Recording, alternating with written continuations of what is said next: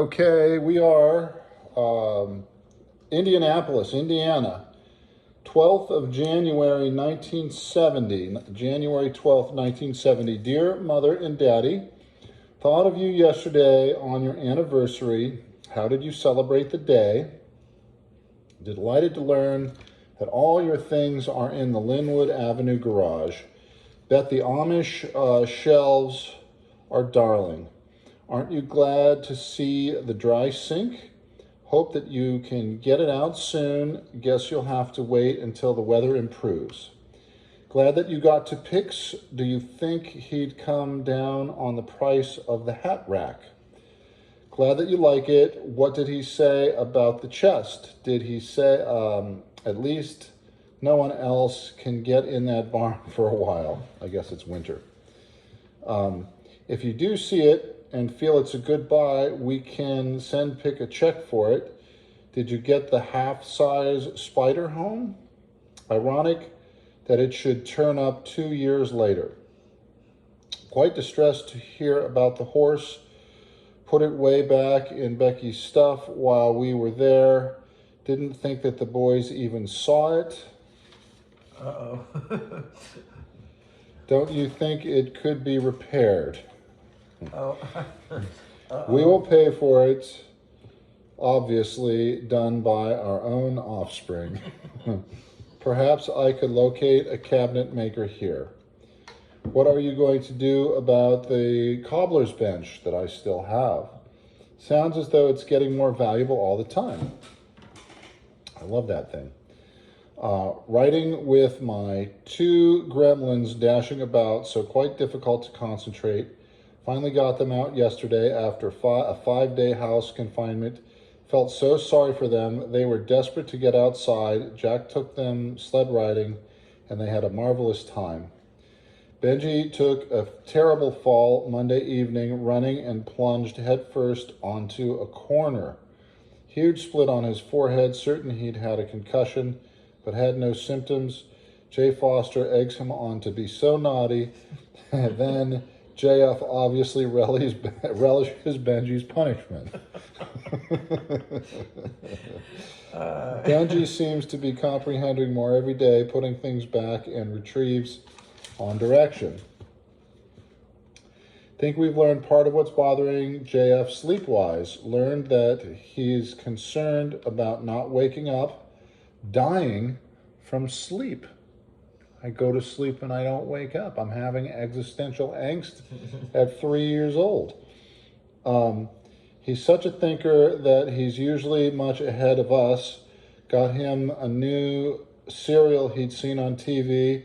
Had never had this kind before, Lucky Charms. Got the box out this morning and he said, "Oh boy, Lucky Charms." Also counting to 10. And had heard him do it several times. He's counted objects up to 4, but don't know if he realizes the significance of counting to 10. Asked how to tell time this week, so now is working on recognizing 12 noon on the clock. That's really amazing. I'm in a mess school-wise, must finish up this week. Have one more quick paper to hand in about my clinical experience, also a class to give some time this week. Need to work out my time and experience for next semester. Have one evening class Monday evening, which works out perfectly, as Jack has patience Tuesday and Thursday. My bridge clubs are Wednesday evening. This Wednesday, going to a graduation dinner for nurses graduating this January. All the classmates that I've been working with are through, so will be by myself next semester. Dr. Beers has scheduled me to give an educational seminar for the VNA staff next month, so need to begin working on it. Jack may fly out to Palo Alto and La Jolla, while the boys and I are in Florida. We've got to make a decision soon. I like both, so leaving it up to him to decide. A chicken way out. How's Becky, and what is she doing? Still planning on New Mexico.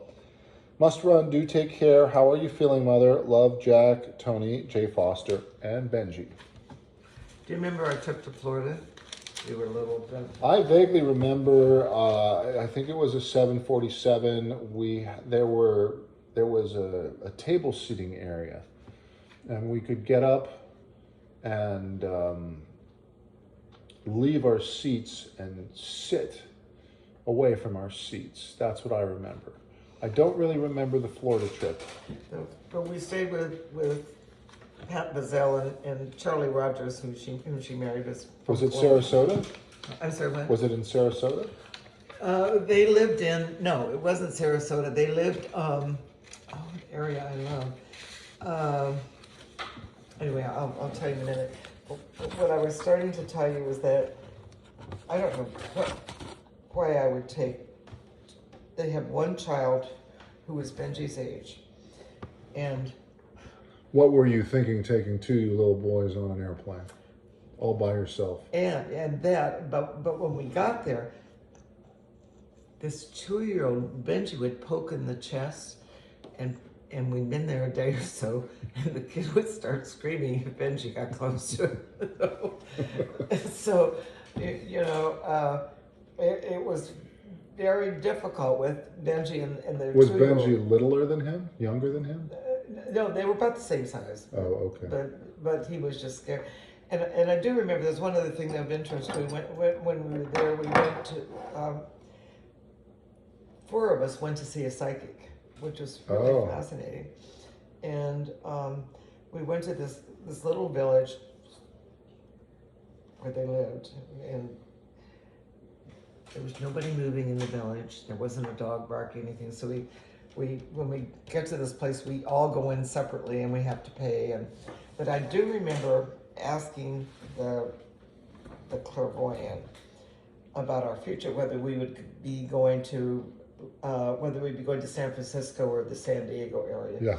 And she said San Diego, so I don't know. But it was really spooky. Huh.